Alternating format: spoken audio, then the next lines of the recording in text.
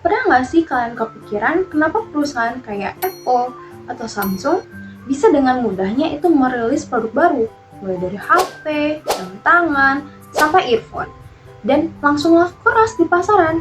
Tapi di sisi lain, ada banyak merek besar yang justru gagal total dan dihujat konsumen saat mereka mencoba mengeluarkan produk baru. Nah, jawabannya ada bagaimana cara mereka mengelola dan mengukur aset paling berharga mereka, yaitu ekuitas merek atau brand equity.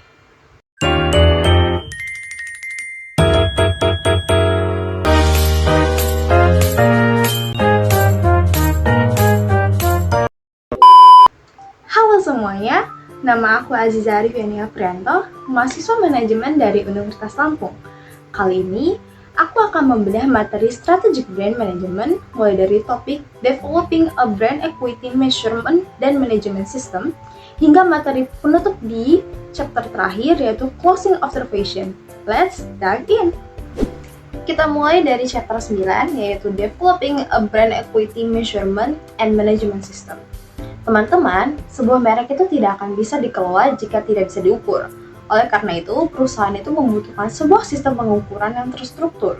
Sistem ini terdiri dari 3 instrumen utama, yaitu pertama ada brand audit, yaitu prosedur menyeluruh untuk memeriksa kesehatan merek, mendeteksi sumber ekuitasnya, dan mengevaluasi posisi konsistensinya dibanding kompetitor.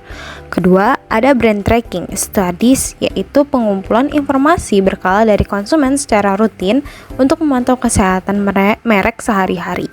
Dan ketiga, ada brand equity management system, yaitu aturan internal perusahaan yang memastikan bahwa setiap manajer memahami filosofi merek tersebut sebelum mengambil keputusan pemasar. Selanjutnya adalah Measuring Source of Brand Equity, Capturing Customer Mindset.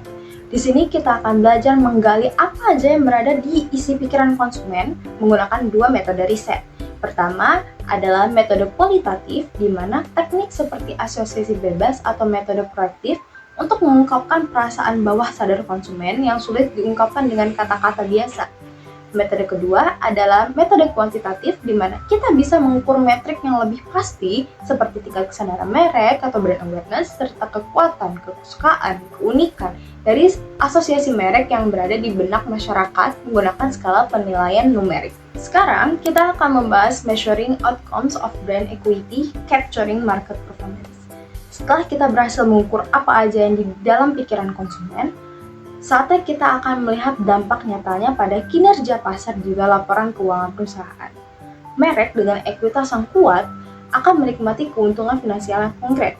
Konsumen yang loyal biasanya tidak akan sensitif terhadap kenaikan harga, sehingga perusahaan memiliki kekuatan untuk menetapkan harga premium atau price premium.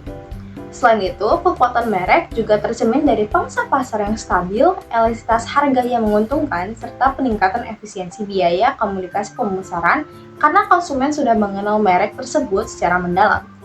Selanjutnya, kita akan ke chapter Designing and Implementing Brand Architecture Strategies, yaitu ketika perusahaan itu semakin tumbuh besar, mereka akan memiliki banyak produk dan merek.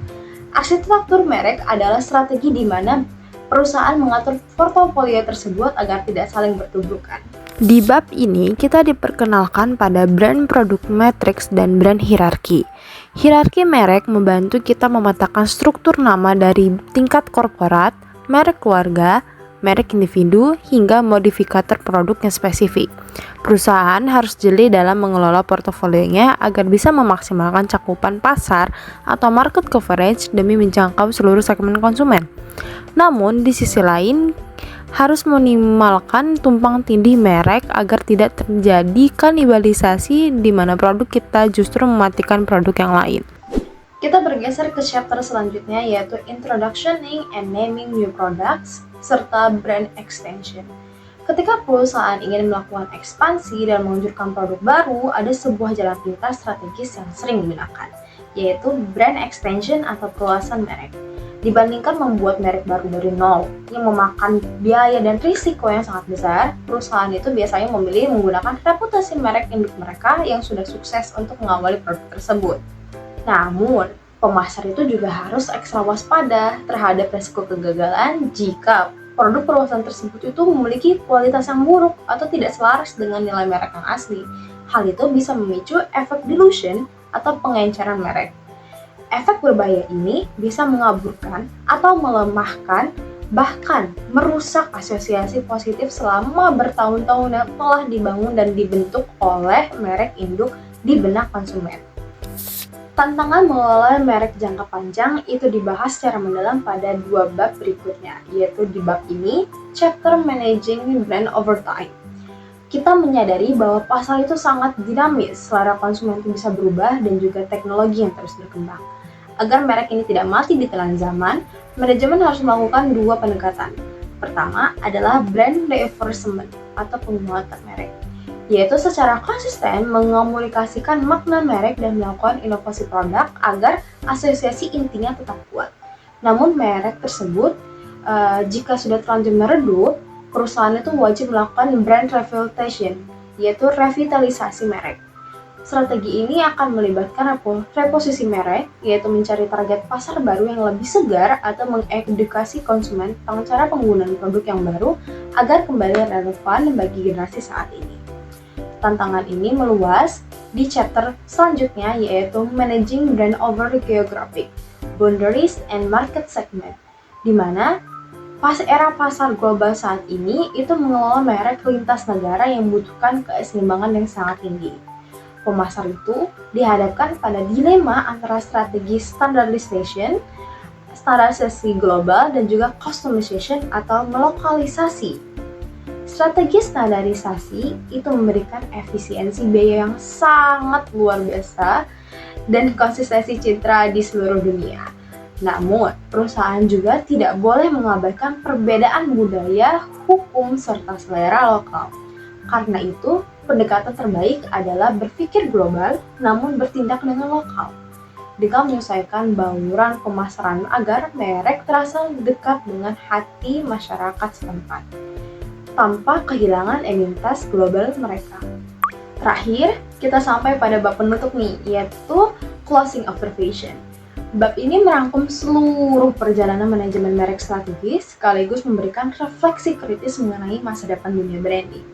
Di era digital yang serba digital ini, landscape pemasaran telah berubah menjadi secara fundamental. Kendali atas sebuah merek itu tidak lagi sepenuhnya berada di tangan direksi perusahaan atau tim pemasar perusahaan, melainkan bergeser ke tangan konsumen melalui kekuatan media sosial dan juga komunitas online. Konsumen masa kini menuntut adanya co-kreasi makna manajemen atau co-creation of brand meaning, transparansi yang tinggi, autentisitas, serta kontribusi nyata perusahaan terhadap isu global atau lingkungan. Oleh karena itu, para pemasar masa depan harus mengadopsi prinsip yang berpusat pada pelanggan secara ekstrim atau customer centricity. Merek yang akan bertahan dan memenangkan persaingan jangka panjang adalah merek yang mampu bersikap adaptif, responsif terhadap perubahan zaman, namun di saat yang bersamaan itu tetap teguh menjaga integritas dan nilai-nilai inti merek yang mereka miliki. Teman-teman, sekarang kita jadi tahu jawaban pertanyaan di awal video tadi. Kenapa raksasa teknologi seperti Apple atau Samsung itu bisa begitu dominan dan selalu sukses merilis produk baru? Jawabannya bukan hanya sekedar modal mereka yang besar, melainkan karena mereka berhasil membangun, mengukur, dan merawat ekuitas merek mereka secara strategis lewat semua tahapan yang udah kita bahas tadi. Mulai dari mendengarkan isi pikiran konsumen, menyusun arsitektur portofolio yang rapi, hingga menjaga relevansi merek mereka agar tidak tergerus oleh zaman. Kesimpulannya, di lanskap bisnis yang modern dan kompetitif ini, manajemen merek bukanlah sebuah opsi, melainkan sebuah instrumen strategis utama yang akan menentukan hidup mati dan jangka nilai panjang dari sebuah bisnis.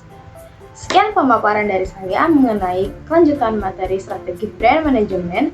Semoga penjelasan ini bermanfaat dan menambah wawasan kita semua.